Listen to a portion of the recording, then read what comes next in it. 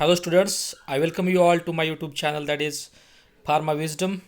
Today we are going to study a new topic, that is powders from pharmaceutics second.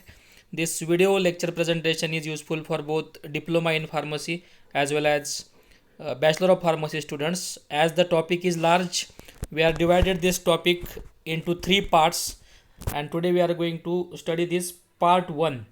This part 1 includes definition, advantages, disadvantages and classification of powder.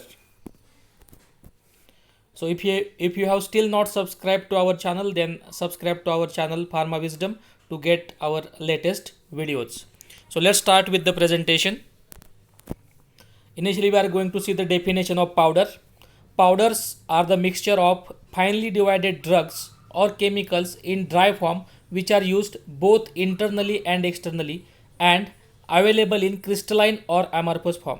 तर powder ह्या finally divided drug और किंवा doses फॉर्ममध्ये असतात जे both internally and externally वापरले जातात आणि they are available in both, that is crystalline and amorphous form. So powders are the mixture of finely divided drug or chemicals in dry form which are used both internally and externally and available in both crystalline and amorphous form. Next part is advantages of powder. There are certain advantages we are going to see regarding this powder dosage form. First advantage is it is more stable than liquid dosage form, right? Second is the chances of incompatibility are less as compared to liquid dosage form. तर liquid dosage फॉर्मपेक्षा इनकम्पॅटिबिलिटी होण्याचे chances ह्या powder dosage फॉर्ममध्ये कमी असतात. Third advantage, the one set action of powder drug is rapid as compared to other solid dosage form, example tablet capsules. See, powder has a smaller particle size. पावडरची जी particle size असते ती smaller असते, त्यामुळे त्याला जास्त area मिळतो ॲब्सॉर्प्शनसाठी सुद्धा आणि डिझॉल्युशनसाठी. त्यामुळे त्याची वन सेट ऑफ ॲक्शन हे टॅबलेट आणि कॅप्सूलपेक्षा काय असते, जास्त असते. Fourth advantage, larger quantity of powder drugs can be administered to the patients by dissolving or mixing the powder in suitable liquids. If we cannot dispense or cannot administer tablet or capsule, old पेशंटला किंवा चिल्ड्रनला जेव्हा आपण tablet आणि capsule देऊ शकत नाही तेव्हा ही powder आपण एका सोल्युशनमध्ये किंवा सुटेबल लिक्विडमध्ये मिक्स करून लार्जर क्वांटिटीमध्ये देऊ शकतो. हा एक त्याचा ॲडव्हान्टेज आहे. Next advantage is small children or elderly patients can easily take the powder drugs as such or dispense in water or any other liquid. So this dosage form is suitable for this children and old patient. जे लहान मुलं असतात आणि जे old patient असतात त्या old patient आणि चिल्ड्रनमध्ये हे काय आहे, यूजफुल आहे. Next advantage, powders are more economical as compared with other dosage form because not required any special machinery और टेक्निक. तर as compare to other doses form like tablet, capsules, emulsion and suspension, this powders are more economical. Economical म्हणजेच काय, त्या स्वस्त आहेत, कारण यासाठी special कोणतंही टेक्निक, जास्त महागाईचं टेक्निक लागत नाही किंवा स्पेशल मशिनरीसुद्धा लागत नाही. Next advantage, powders are more easy to carry than the liquid doses form. Liquid doses फॉर्मपेक्षा कॅरी करण्यासाठी पावडर डोसेस फॉर्म ह्या इझी असतात. So these are the advantages of powder dosage form. We will see the next point. Next is a disadvantages of this powder dosage form. या powder dosage form चे काय बघतोय आपण, disadvantages बघतोय, right?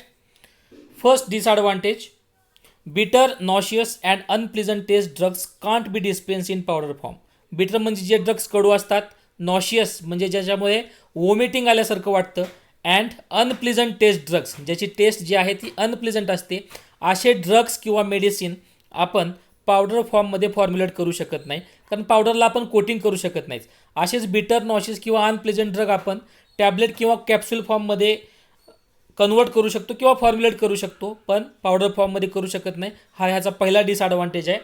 Second, hygroscopic and deliquescent drugs can't be dispense in powder form. तर hygroscopic आणि deliquescent drugs जे असतात ते पावडर फॉर्ममध्ये आपण डिस्पेन्स करू शकत नाही किंवा फॉर्म्युलेट करू शकत नाही. First of all we should know the meaning of this hygroscopic and deliquescent. तर हायग्रोस्कोपिक म्हणजे काय, these are the drugs or agents which absorb the moisture. तर हे हायग्रोस्कोपिक म्हणजे काय असतात की मोठ्या प्रमाणात ॲब्सॉर्ब करतात मॉइश्चर आणि त्याच्यामध्ये ओलसरपणा येतो, त्यामुळे ते आपण पावडर फॉर्ममध्ये करू शकत नाही. आणि सेकंड यातला मिनिंग आहे दिस deliquescent.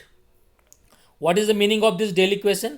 These deliquescents are the drugs or powders or the agents which absorb the moisture in such a large quantity that they themselves get converted into the liquid. तर deliquescent म्हणजे काय की इतक्या मोठ्या प्रमाणात ते मॉइश्चर ॲब्झॉर्ब करतात ॲटमॉस्फिअरमधलं की ते स्वतः लिक्विडमध्ये कन्वर्ट होतात.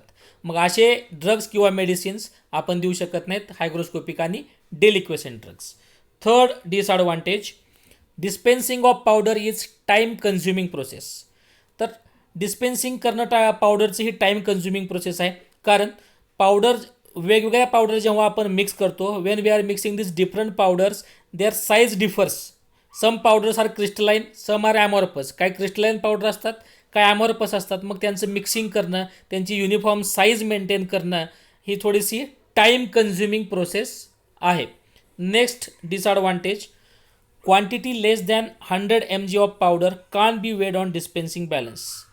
So this is the point from the old syllabus. Now it is possible to weighing the powders on our digital balance or electric balance, but as this syllabus is old, so initially we are not able to dispense the 100 mg of powder. आपण 100 mg पेक्षा कमी कॅपॅसिटीची powder बॅलन्सवर weighing करू शकत नव्हतो. हा एक त्याचा डिसॲडव्हान्टेज आहे. अँड नेक्स्ट डिसॲडव्हान्टेज इज कान डिस्पेन्स वोलाटाईल ड्रग्स. जे वोलाटाईल ड्रग्ज असतात ते आपण ह्याच्यामध्ये डिस्पेन्स करू शकत नाही, बिकॉज ड्युरिंग ट्रायच्युरेशन और during mixing it is the possibility that this volatile drugs get evaporated. तर हे वोलाटाईल ड्रग्ज इव्हॉपरेट होण्याचे चान्सेस असतात कोणत्या कंडिशनमध्ये, जेव्हा आपण ट्रायच्युरेशन करतो पावडरला किंवा पावडरला मिक्सिंग करतो. So these are the disadvantages of powder.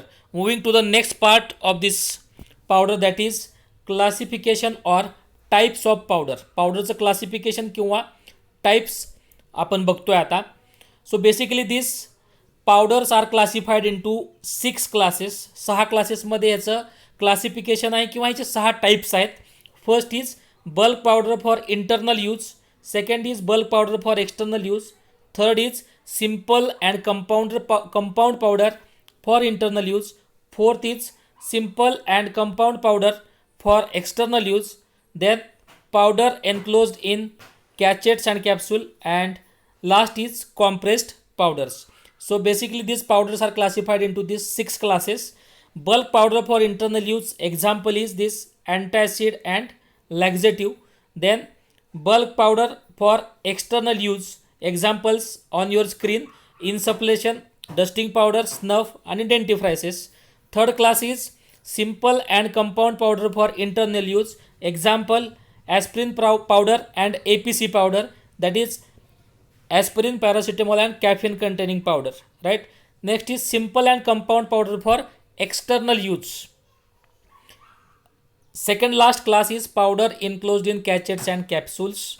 In that example is cachettes. There are 2 types of cachettes we are going to see in detail, wet seal cachettes and these dry seal cachettes. And last is compressed powders, that is example is tablet triturates. So this is the classification or types of powder. In detail we are going to see the each class in next presentation. So we will back with the second part of the powder video lecture presentation. Stay tuned, and if you have not still subscribed to our channel, then subscribe to our channel, hit the bell icon to get regular updates, and we will meet very soon to second part of this video lecture presentation. Thank you.